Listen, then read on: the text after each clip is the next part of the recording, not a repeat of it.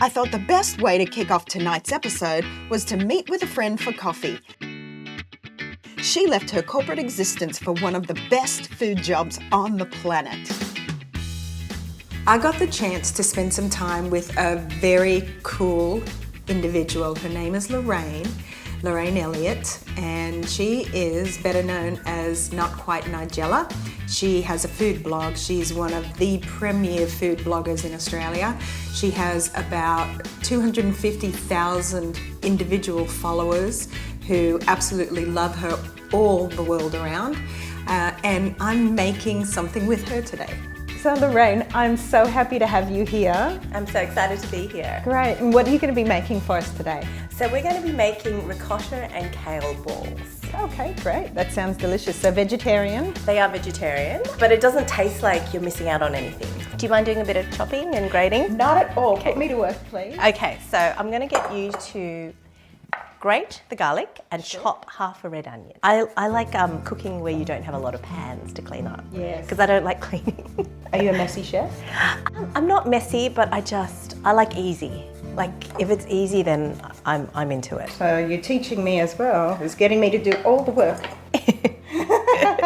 Do you remember me saying I like it easy? And then you get other people to cook. So what were you doing before you decided to become a food blogger? Well, I had a corporate job as a media strategist, and I thought it was fine, and I thought I liked it, but then I got to a point where I was doing it and I thought, oh, I've got to do this for another 30, 40 years, oh my God. And I realized that actually made me really sad.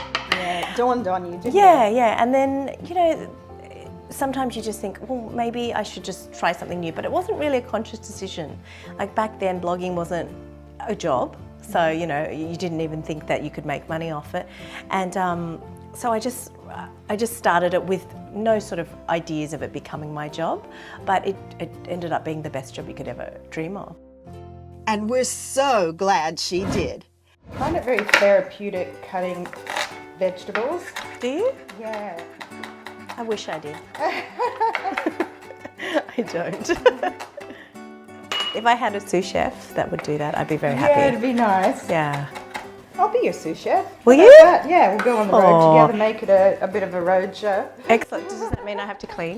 We'll have our own cleaner. We'll have a cleaner, that's important. Put the onions in a mixing bowl, followed by a good quality passata sauce, chives, and sun-dried tomatoes. They've got so much flavour. And with a lot of vegetarian food, you need to add a lot of flavour because, meat has a lot of flavour in itself, but vegetables are milder in flavour. So you need to add the flavours in when you can. Pour it into a large baking dish, and then you're ready to start making your balls. Next, we just have to make the balls. Okay, great. And ball. Who doesn't love a ball? Exactly. So I usually do it in the food processor, but you can do it all by hand. We're just going to start with some onion. You want to pop that in the bowl. With your onions, add ricotta. And then you can use thawed spinach, but I've also seen thawed kale at the supermarket as well. Yeah. So whatever you prefer. And an egg. So we've got two types of cheese. We've got Parmesan and we've got like a tasty or a cheddar cheese. I find most people have one or the other in their fridge. What a cool little contraption.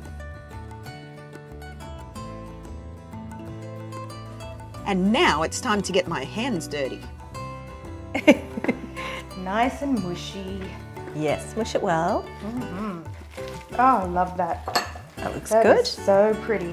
And then just the flour. Okay. And baking powder. These even feel very light and fluffy. Like Yeah. They don't feel heavy at all. Which brings me to the next step. So they can't really be rolled because they're so moist and light. Okay. So I use an ice cream scoop, like a little one, to make balls. But you can use a regular size one. But the little ones just make smaller balls that don't have to cook for as long. Okay, and because you're doing it with the ice cream scoop, they cook evenly and at the same Exactly, time? and they're all the same size as well. Beautiful. So Scoop scoop away. away and just put it straight into here. And I like to line them up, but I've got a bit of OCD. You can do them any order you like. So Lorraine, have you got some travel coming up soon? I do. I'm actually going to Peru. Wow, you're taking some people with you? I am, yes. Great. So I'm doing food tours in Peru, and I've just started a new. I just put out a new one to Tasmania. So we just do food tours around the world, but they're tours for people that live to eat, like you and me. Yes. Like that just, we think of our next meal. Like, the night before or something. Like, I know what I'm eating tonight and tomorrow and stuff like that. So it's for people that really want to understand a culture and a country through the food as well, which is a good way to get to know a country as well. Cool. And so this goes into the oven to bake? Yeah. So we bake the whole thing at 180 degrees for 35 minutes. Great. Do you like it? Delicious. Oh, wow. We popped the very evenly lined up balls into the oven. And then I finally had a chance to ask her why she did it. Yeah, I love sharing things with people. So if I find something that's really brilliant, like your cake, I want to share it with people because I want people to have great experiences. I want people to have a really lovely life where they eat the best food or discover the best things. Then I wanted to know how she got up the gumption to take the plunge into the unknown. It was pretty scary because I went from 6 figures to like nothing. Like for the first year when I was full-time, I made not a cent. And it was quite daunting. But you had that dream, and that's probably what was the most important element of your equation. Yeah, I think that, when you think, if you really look at it like a business plan, it's just, it's never going to work. It's never going to work. But if you have a passion for what you do and you almost will it to happen, I think that sometimes helps. They're out of the oven, and I'm so looking forward to tasting this balls dish. Look amazing. Yes, thank you. I mean, you're the one that made the shapes. Well, that's true. With your help, of course. But they look nice and crispy. They've gone golden brown, and the sauce came out, and it was all beautiful and bubbly. So it's all concentrated now, so you've got lots of flavour there. Intense flavour.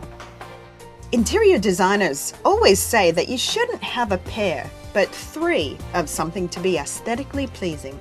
3 balls are better than 2. We giggled like schoolgirls through the day.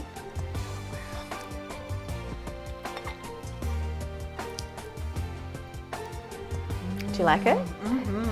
So they're soft inside but crispy on the outside. Yeah, they're beautiful and light. And I had an absolute ball with Lorraine. Excuse the pun. Cheers!